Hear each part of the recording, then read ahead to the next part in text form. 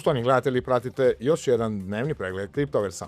Tržište digitalne imovine u svega je nekoliko dana doživjelo zaokret narativa od kripto proljeća do ponovnog pesimizma. Ništa od potpisivanja mirovnog sporazuma SAD-a i Irana.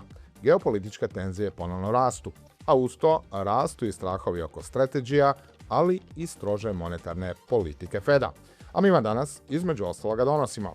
Bitcoin je u samo 4 dana pao za $5.000. Analiziramo sve razloge. Michael Saylor možda se suočava s najvećim testom svoje BTC strategije dosad, a posljedice bi mogli osjetiti svi kriptoulagači. Binance za samo nekoliko dana, ako se stvari ne promjene, gubi pristup europskom tržištu. Unatoč nestabilnostima, Hyperliquid postigao novi all-time high. Ostanite s nama u dnevnom pregledu. Samo ovdje, samo na Kriptovers kanalu. Kripto tržište tako je u padu već 4 dana zaredom, a Bitcoin je s iznad 67.000 u ponedjeljak zaronio na 62K, da bi se potom ipak blago oporavio i u trenutku snimanja ovog videa ruke mijenja po $63.000. Vidjet ćemo kako će izgledati zatvaranje tjedna, no sentiment je ponovno u padu i klizanje prema $50.000 opet postaje sve izglednija opcija u očima analitičara. Pa što se promijenilo u tih svega nekoliko dana? Faktora je kao i uvijek više. Kao što rekoh uvodno, geopolitika ponovno postaje ključni okidač volatilnosti. Nakon izraelskih napada na Libanon, Iran je zaoštrio retoriku prema SAD-u, otkazani su diplomatski razgovori i potpisivanje sporazuma u Ženevi, a prijetnje zatvaranjem Hormuzskog tjesnaca i raketnim odgovorima Izraelu vraćaju tržište u klasični risk-off mod. Naravno, u takvom okruženju likvidacije na kripto tržištu ponovno eskaliraju. A tu su i federalne rezerve. Fed je na svom ovotjednom sastanku ostavio kamatne stope nepromijenjenima u rasponu između 3,5 i 3,75%, što jest bilo potpuno očekivano, a samim time i uračunato u cijene, no ton novog predsjednika federalnih rezervi Kevina Washa signalizirao je tvrđi pristup monetarnoj politici. Warsh je u svom govoru u više navrata spomenuo pojam stabilnost cijena i čini se kako bi doista u ovoj godini moglo doći ne do smanjenja, već povećanja kamata. Dapače, prema Fed alatu CME grupe, mogućnost da se to dogodi već sljedećeg mjeseca sada je skočila na visokih 36%, a to dodatno pritišće rizičnu imovinu. No oba bi ova faktora tržište nekako prožvakalo, jer sporazumi su već dogovarani i odgađani, a za Washa se znalo da je pristalica monetarne discipline, baš kao što se znalo i da je inflacija povišena radi rata na Bliskom istoku. No tada je došao udar od strane strategija, koji se može pokazati kao prolazan, ali doista može postati i strukturni problem.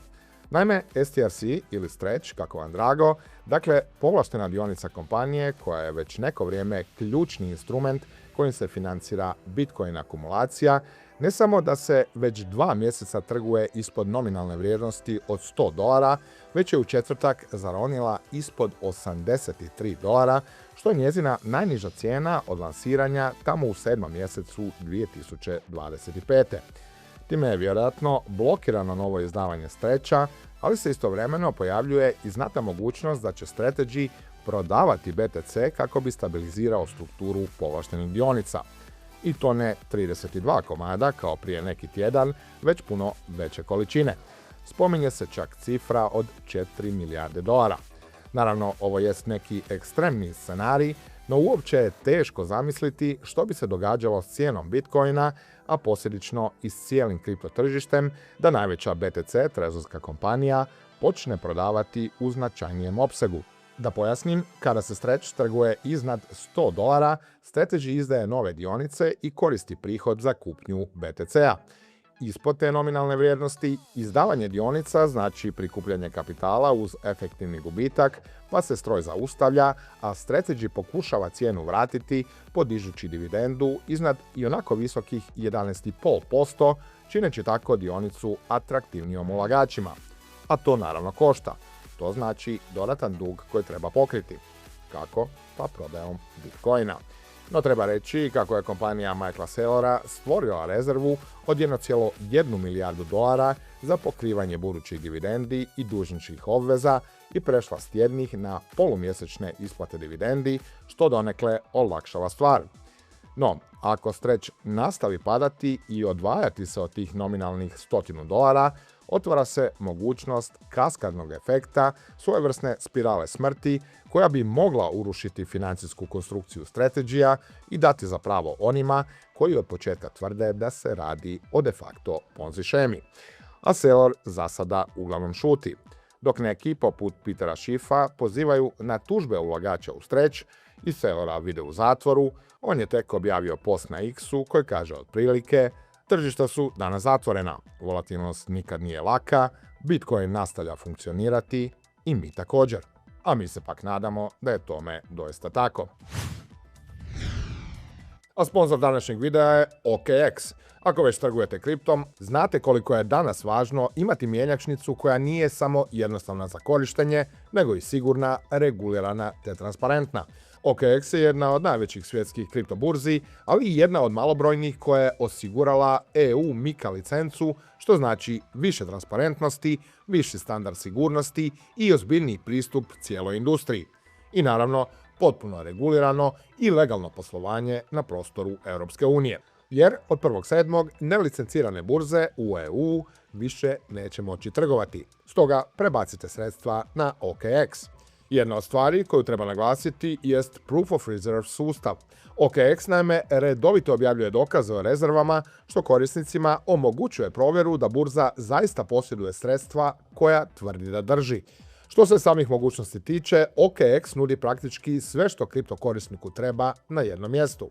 Spot trading, futuresi, staking, copy trading, trading botovi, DEX pristup, launchpad projekti i hrpa naprednih alata za aktivne tradere, poput primjerice Perpsa, kriptoderivata reguliranih MiFID-om s polugom do 10x koji su dostupni maloprodajnim i institucionalnim trgovcima diljem europskog gospodarskog prostora. Ne treba zaboraviti ni OKX Wallet koji omogućuje jednostavan pristup DeFi svijetu, NFT-ovima i decentraliziranim aplikacijama bez potrebe za korištenjem više različitih walleta. U sve to, OKX ima i kriptokarticu s cashbackom, što znači da možete trošiti svoju kriptoimovinu u svakodnevnom životu i pritom dobivati dio novca natrag. Vrijedi spomenuti i X-Drops Club. Naime, korisnici koji na OKX-u drže kriptovalute koje nisu stablecoini mogu se kvalificirati za razne airdropove i tako dobivati nove tokene praktički besplatno. Drugim riječima, korisnici na taj način ostvaruju svojevrsni dodatni yield samo pukim držanjem aseta na platformi. Ako tražite mjenjačnicu koja kombinira sigurnost, regulaciju, transparentnost i napredne mogućnosti trgovanja, onda je OKX trenutno jedna od najboljih opcija na tržištu. Pa stoga, zašto ne isprobati OKX, pogotovo s obzirom i na cijeli niz bonusa koje nude korisnicima. Samo u bonusima dobrodošlice možete dobiti i do 100 eura. A od četvrtka OKX je krenuo i s kampanjom kojom možete dobiti između 5 i 8% besplatnih sredstava na vaše nove depozite. Postotak varira ovisno o visini vaših depozita. Pa ako još uvijek nemate, skinite mobilnu aplikaciju i provjerite Deposit Match kampanju. Ako vam se sve ovo čini zanimljivim, link za registraciju nalazi se u opisu videa. A zanimljivu je perspektivu po pitanju Strategija iznio šef analitičke platforme CryptoQuant Kyung Ju. U analizi koja počinje rečenicama najveći rizik za Bitcoin nije pad, to je dosada, Ju objašnjava da Saylorova Stretch struktura postaje uistinu opasna ne kada Bitcoin jednostavno padne, već kada BTC provede godine pomičući se bočno, a medvjeđe se tržište odugovlači. Oštar pad može se preživjeti ako tržište i dalje vjeruje u sljedeći uzlazni korak. Ali duga stagnacija ubija priču, slabi potražnju i čini Saylorov stroj za prikupljanje kapitala mnogo težim za održavanje. Zato Saylorov pravi izazov nije samo kupnja više Bitcoina, već zapravo dati tržištu razlog da i dalje vjeruje. Piše između ostaloga prvi čovjek CryptoQuanta. A zanimljiv je i zaključak posta koji kaže otprilike: nedostaju mi dani kada je poruka bila jednostavna. Bitcoin je novac slobode. To je novac za ljude koji su spremni boriti se za slobodu. Dakle, kakav narativ Bitcoin ima spreman za sljedeći val likvidnosti? I hoće li ljudi doista biti uvjereni onim Saylorovim o digitalnim kreditima? Čak i ako financijske institucije to prihvate i BTC zbog toga poraste, to neće biti rast zbog cypherpunk vrijednosti. Bitcoinu ne treba samo još jedan katalizator. Potrebno mu je novo težište koje može ponovno ujediniti one koji vjeruju. Možda malo patetično, ali da. Uslijed institucionalno-korporativne adopcije, Bitcoin gubi etos radi kojeg je stvoren, a istovremeno pomicanjem njihovog fokusa sada prema AI-u i kapital koji mu je gurao cijenu u ovom ciklusu s obzirom na percepciju novog makroeseta, nekog digitalnog zlata ili što li već. Drugim riječima, cypherpunks orijentirana ekipa je uglavnom i dalje tu, ali nova ne dolazi, iznevjerena potpunim pervertiranjem onoga što je Bitcoin trebao biti kada ga je Satoshi Nakamoto stvarao, a TradFi s druge strane jednostavno njuši bolje prinose u svemu što je vezano uz umjetnu inteligenciju. A cijela ta petlja utječe i na rudare. Bitcoin se naime sada već 5 mjeseci zaredom trguje ispod cijene proizvodnje, što potiče i prisiljava neke rudare na prodaju. Upozorili su analitičari JP Morgana. Iz te banke procjenjuju cijenu rudarenja jednog bitcoina na oko $78,000, pri čemu je sada 20% rudara neprofitabilno. Kako ističu, rudarske kompanije izlistane na burzama prodale su više od 32.000 bitcoina u prvom tromjesečju ove godine kako bi pokrile operativne troškove, što je više nego u cijeloj 2025.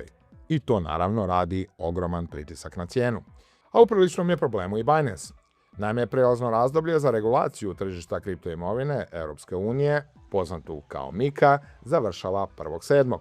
Od tog trenutka, od tvrtki koje opslužuju korisnike iz EU, očekuje se da imaju MiCA licencu, jedinstveno ovlaštenje koje vrijedi u svih 27 država članica. Trenutno je to osiguralo 200 kompanija, ali ne i Binance. Korisnici Binance-a u Europskoj uniji tako bi mogli izgubiti pristup platformi već krajem mjeseca, nakon što će, prema Reutersu, navodno biti odbijen njihov zahtjev za MiCA licencu u Grčkoj i to, opet navodno, uz ključnu ulogu predsjednice Europske centralne banke Christine Lagarde. A što se pak altova tiče, njihova je ovotjedna izvedba prilično mješovita, ali ponovno treba istaknuti Hyperliquid, koji je još jednom postavio novi all-time high, preskočivši utorak $76. Konstantni uzlazni trend Hyperliquida očito odražava uvjerenje investitora u protokol koji generira stvarne, mjerljive naknade i ima pravi utility. Osim što Hyperliquid automatski usmjerava između 97 i 99% naknada za trgovanje u otkup svog tokena, stvarajući tako neposrednu nespekulativnu vezu između dnevnog obujma trgovanja i potražnje, dakle stvarajući pritisak na ponudu. Ogromna je prednost što Hyperliquid ne ovisi isključivo o rastućem tržištu. Zapravo, nestabilna tržišta često stvaraju više prilika za trgovanje. Pritom, volumeni ostaju jaki, a to je u konačnici ono što potiče prihode. I bilo bi to sve za danas. S Hyperliquidom smo stigli do kraja još jednog dnevnog pregleda. Ako vam se video svidio, stisnite like, ostavite komentar, a neće biti loše ni ako kliknete subscribe. Pratite nas i na našim društvenim mrežama, a prije svega na portalu cryptoverse.hr. Lijep pozdrav!